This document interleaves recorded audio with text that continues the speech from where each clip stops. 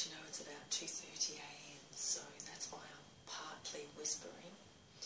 I don't want to be too loud, everyone's asleep, and just like to keep the noise level down. I don't realise how much I project my voice sometimes. So I wanted to mention something. I was checking my LinkedIn profile and someone sent me a really lovely message, and he wrote on there, and it was to do with the video that I posted with regards to my university interview, which I'm expecting in 2 weeks. Anyhow, he wrote on there that that I will be okay, and because the Lord is with me, you know, that God is on my side. And I really, really like to hear those things. It was very inspirational, I must admit. It was nice to hear it, and it gave me strength in some strange way. It gave me a lot of strength, just those little words in a message. So thank you very much to that person. Yes, I do believe God is with me. I wouldn't be here if he wasn't with me. You know, sometimes I, come or pull through a very difficult situation and I don't even know how I've done it. And, then I look up and I think, that's how I've done it. Because God loves me. And I'm glad he loves me because someone has to. So, thank the Lord, I've got the right one on my side. Look, I really truly believe that God protects the righteous. I know I'm not perfect. I don't think anyone is. Some people have a bad temper, like my husband, and throw their weight around to get their way. I tend to use my words. And, sometimes I can have a very sharp tongue. And sometimes I just speak without thinking and don't realise I'm actually upsetting anybody. Well, the intention isn't there anyway to upset anyone, but I do from time to time. So, we all have shortfalls, and sometimes, as gifted as I am with my communication skills, sometimes my mouth is my shortfall as well. But yeah, back to the comment, I do believe God is on my side. Thank you very much for that comment. I didn't note down your name, but I'll have another look later. I also want to add, regarding my bank account balance, I haven't checked it yet. I haven't been able to actually for the past, having a guess now, a couple of weeks. I actually registered for internet banking, but I haven't been able to get into it because when I use my Sure key to send an SMS code, for some reason it's going to my husband's phone number, which I should be getting through this phone, but I'm not. So I don't know what's happening to them. But anyway, the last time I checked my account balance, it was like 43 cents, I think. So I'm not expecting miracles, but rent is due next week, and if anybody would like to help me out, I would greatly appreciate it.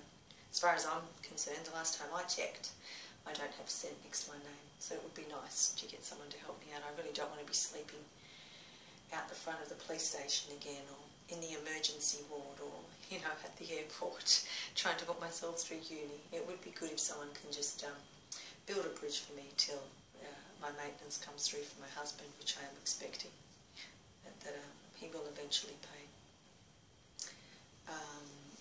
Anyway, that's that, and I wanted to talk very briefly as well about the addictive, abusive cycle of domestic violence. If you read my LinkedIn profile, now I do aim high, my husband has always noted this, but in brief, if you read that profile, you'll see that on my profile I have demanded, or not really demanded, but made 3 requests. I suppose the first request is to speak to our president. And I want to speak to her about the campaign, because I believe she's running a pretty good one as well, and has been for quite some time. But I believe she's reaching people at the top. Now, forgive my ignorance if that's not correct, but that's as far as I know. So I would like to speak to her just so I'm not stepping on her toe, or I could be perhaps reaching a different audience. Maybe I could reach the people from the ground up. If she's reaching the people from the top down, and we could meet each other halfway. I think it's a common interest of ours. My second request, as per my LinkedIn profile, is I want to speak to Mr. Malia, our Minister for Home Affairs and National Security. I have got an appointment with him on the 6th of October, which I am actually quite excited to attend. I want to speak to him about police corruption and how these interference from these detectives in particular have affected our marriage quite greatly, actually, quite significantly. Anyhow, there were other issues, but I think the major contributing factor, it's probably fair to say, was the level of corruption involved. I think if you removed that, we probably could have sorted out a lot of these issues. Anyhow, it's pretty hard when you're offering a 24-year-old man a bribe, favours, a pair of tits and a bundle of lies, you know, all at a price, and my husband loves his money. Pretty hard to turn down at that age, so also in a country with this economy. Anyway, that's my opinion. You know, forgive it if it's different to yours, but that's also been my experience in this marriage with my husband. And the other thing I've got on there that I really want to speak to the Prime Minister. I know it's aiming high, but I am a citizen of this country and I can't see why I can't speak to him for a few minutes.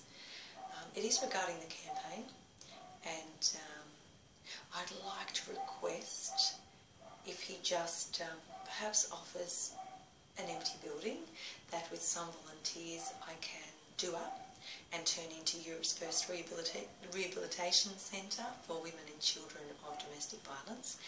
One thing I have learned with the addictive, abusive cycle of domestic violence is, look, it's an addiction like any other, and the 12-step program, which I put myself through years ago, really is effective for women of domestic violence, and that's the reason I put myself through it. I had to put the kids in daycare, and I chose to, rather, I didn't have to. And I broke the cycle years ago doing it like that. I would like to establish a rehab centre, long term, of course. This is a big goal, which I have dreamed of doing for quite some time. I just didn't realise it might very well be in Malta, and I hope it is. This country is very close to my heart. I hope to re-establish this rehabilitation centre to break the abusive, addictive cycle of domestic violence with women who are entrapped by it. Yeah, I really want to establish this rehab centre, and I think I've got a lot to give in this area. I've got loads of experience and I've done it myself, so there is no better place than a place of experience. You know, there are some things that not even books teach you, so and experience is one of them. So this is totally my area, and I hope I can, you know, look back on this video one day and be proud that I've actually done what I wanted to do. So, yeah, this is the deal with the centre. I'm hoping that I can be allocated an empty building, get some volunteers to help me renovate it so it's perfectly livable, and then we start doing, I'm hoping, something along the lines of 3-month stay, and it's going to be a closed entry, so it's going to be every 3 months. People won't be able to come in and out in between. To break the cycle, you really need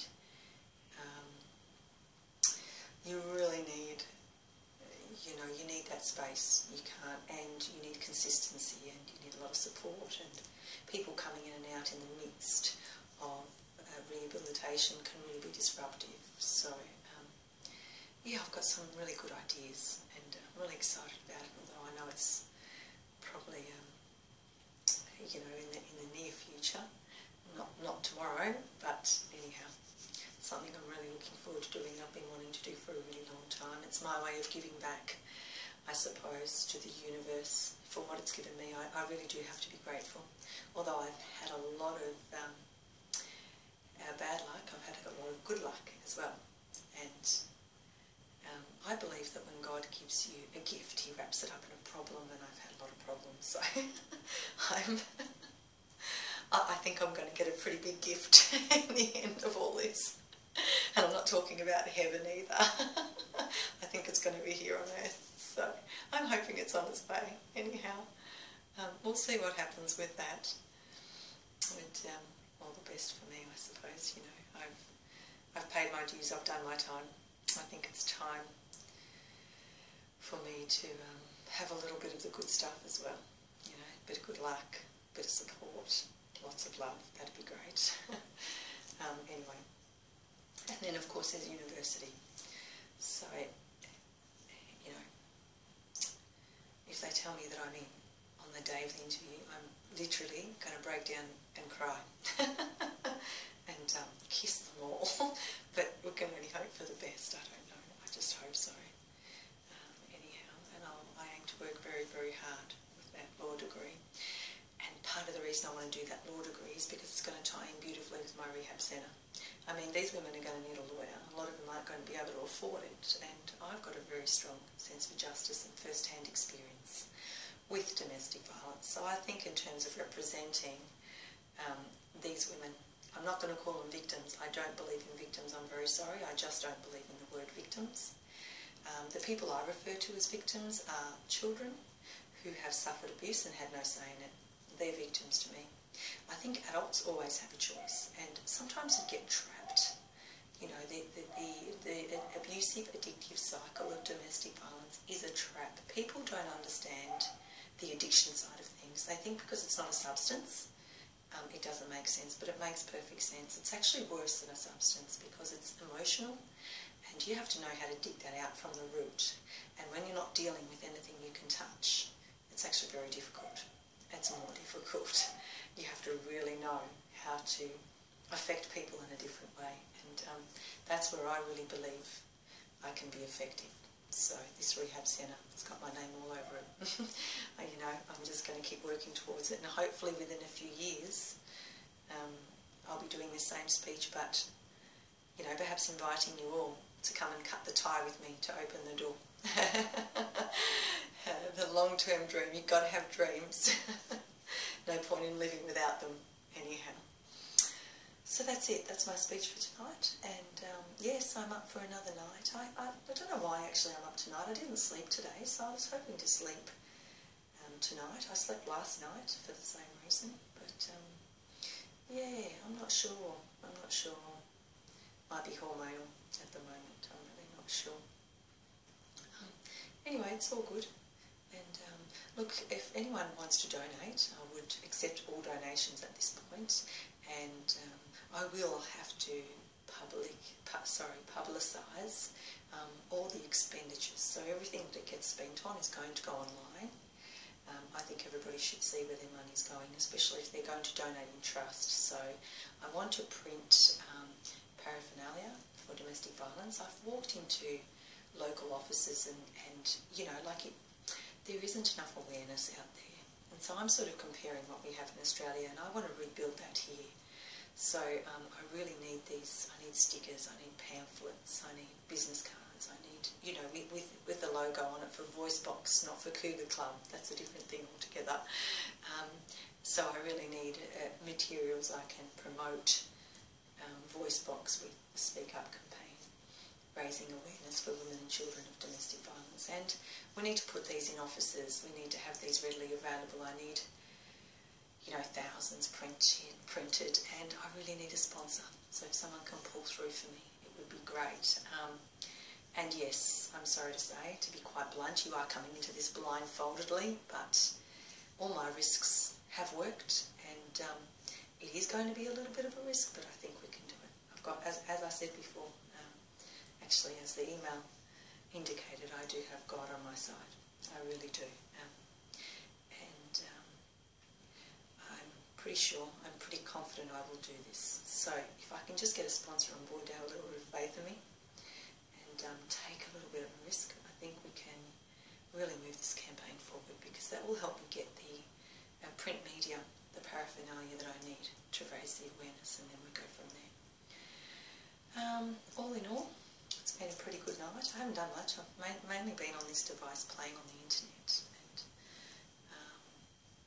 making diary notes.